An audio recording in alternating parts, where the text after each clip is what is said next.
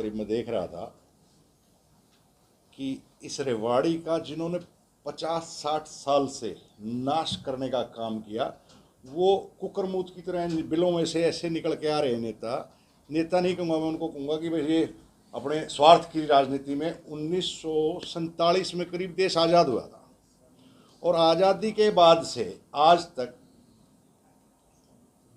तक इस शहर के लिए हमारी जनता ने प्रतिनिधि चुना।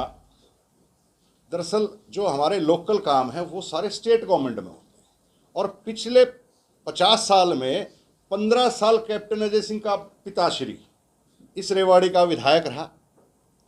15 साल मतलब 3 योजना रहा, 6 योजना आपका कैप्टन अजय सिंह यादव मंत्री रहा।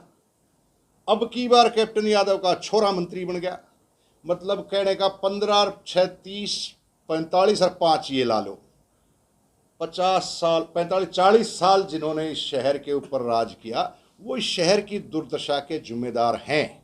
और ये मानना पड़े, मैं ये प्रेस कॉन्फ्रेंस इसलिए नहीं कर रहा कि किसी को जवाब देना है, मैं सिर्फ इसलिए कर रहा हूँ कि रेवाड़ी की जनता इस बारे में जागरूक हो कि 50 साल से वो लोग किसको बनाए बैठे हैं यहाँ पे और वो कैसे बनता है, कैसे छल कपट से बनता है। वो आपको सबको ये जगजाहिर हो गया है कि ये जो 3, 4, 5 लोग हैं, जिसमें आपके कापड़ीवास जी आ गए, आपके सतीश जी आ गए, आपके और दूसरे जो छोटे भैया नेता हैं जो यहाँ के राजनीति करते हैं, क्या करते हैं, ये वोट कटवा है।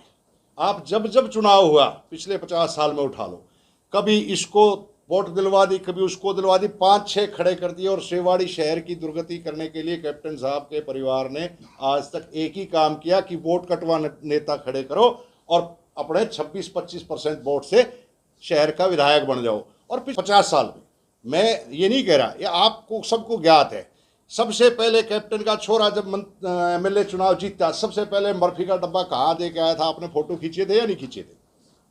किसके घर दे के आया था आप बताओ जरा। सब आप ही स्पष्ट कर दो, कोई बात नहीं। रणधीर सिंह कापड़ीवास के देखा था, बनियान में बैठा था, फोटो में खिंचाने लग रहा था कि मेरा बेटा आ गया और मैंने बर्फी खुआ के जा रहा है। आपने सबने देखा होगा, नहीं है तो मैं फोटो आपको दे देता हूँ। सबसे पहले तो जो इस शहर का नाश करने का काम कर गए वो ये 4-5 लोग हैं जिन्होंने कभी इस रेवाड़ी की जनता की सुनने ही नहीं दी, क्योंकि राज में ये आके बैठ गए, राज स्टेट में किसी को करने नहीं दिया। दूसरा कोई आम कार्यकर्ता, आज भाई सतीश की प्रेस कॉन्फ्रेंस सुन रहा था मैं, वो कहने लगे आम आदमी को नहीं आने देते। अरे 50 साल बाद इस कैप्टन के घराने से छुटा के सुनील मुसेपुर एक आम सा कार्यकर्ता था जिसको कोई जानता भी नहीं था, ये कह रहे हैं वो, उस आदमी को टिकट मिली। आदरणीय प्रधानमंत्री नरेंद्र मोदी जी, अमित शाह जी की दी हुई टिकट थी और वो खुद यहाँ प्रचार के लिए भी आए, प्रसार के लिए भी आए, समझाने के लिए भी आए, लेकिन फिर भी इन्होंने क्या गुमराही फैलाई वो आपके सबके सामने, आपके जग जाहिर है। आपने भी खूब प्रेस कॉन्फ्रेंस अटेंड करी है उनकी। असली भाजपा, असली भाजपा क्यों? क्योंकि वो आपस के रिश्तेदार, एक दूसरे के सपोर्ट करना, वोट की सपोर्ट करने का ये तरीका है कि ये नकली हो गया। अरे नकली होता तो क्या प्रधानमंत्री जी आते? नकली होता तो क्या पार्टी अध्यक्ष नड्डा जी आते? नकली होता तो क्या भारतीय जनता पार्टी के हरियाणा के मुख्यमंत्री मनोहर लाल खट्टर जी आते? एक आम साधारण कार्यकर्ता को टिकट मिलना और वो चीज इनके हजम नहीं होना, क्योंकि इन्होंने तो 50 साल से एक काबू कर रखा था ना, पहले दादा बन गया, फिर बेटा बन गया, अब पोता बनाना था। तो इसलिए वो 50 साल का जो उनका वर्चस्व था वो तोड़ता दिख रहा था एक आम आदमी के जैसे, क्योंकि आम आदमी से सबको डर लगता है। एक आम आदमी जो जनता के बीच से आया, मैं कोई खानदान से, किसी राजनीतिक परिवार से नहीं, आम सा साधारण सा, जैसे आप आज पत्रकारिता कर रहे हैं, आज आप चैनल चला रहे हैं या अपना न्यूज़ चला रहे हैं, ऐसे ही मैं भी एक आम आदमी था। और वो मोदी जी की मेहरबानी लगा लो या उन्होंने मेरे काम को देखा होगा, पिछले 10 साल से मैं भारतीय जनता पार्टी में काम कर रहा हूँ, काम देखा होगा, काम की वजह से उन्होंने मुझे आगे मौका दिया होगा।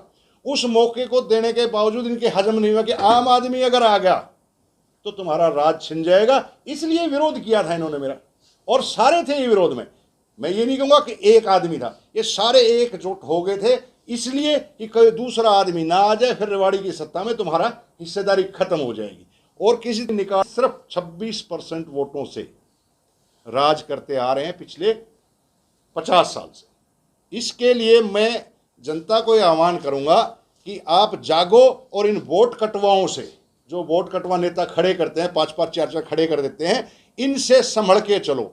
आपका हितैषी ये हो नहीं सकते। मैं इन तीनों चारों की बात कर रहा हूं। आपके हितैषी इसलिए नहीं हो सकते कि एक दूसरे के साथ तो ये मिले हुए हैं, और एक दूसरे के साथ मिलकर कोई भी आदमी अगर शहर की विकास की या आगे की लड़ाई लड़ना चाहते हैं, शहर में अच्छा काम करना चाहते हैं, उनके खिलाफ खड़े होकर सारे डिवाइड करके वोटों का बंटवारा करके और हराने का काम करते हैं। ये पिछले 19 के चुनाव में आप सब लोगों ने मेरे ख्याल से अच्छे से देखा होगा। सर, बात करते हैं ये बड़े बड़े नेताओं पर आरोप लगाने की। पहले अपने आप से पूछिए, भैया आप लोग क्या कर रहे हो? आप लोगों ने क्या किया है? आपने कभी भी, अगर आप एक दूसरे के विरोधी होते तो आप चुनाव लड़के उनके आमने सामने खड़े होकर टक्कर में लगते। आप एक दूसरे के मुंह में बर्फियां नहीं देते जब चुनाव जीतते हो। क्यों? क्योंकि आपने सेटिंग कर रखी है अंदर, इस बार तू खड़ा हो जा, तेरी तरफ से हल्के बांट दिए, धारवाड़ा साइड से उसको खड़ा कर दिया, बुढ़पुर साइड से उसको खड़ा कर दिया, इधर से उसको खड़ा कर दिया, ताकि शहर की वोट पड़ जाए।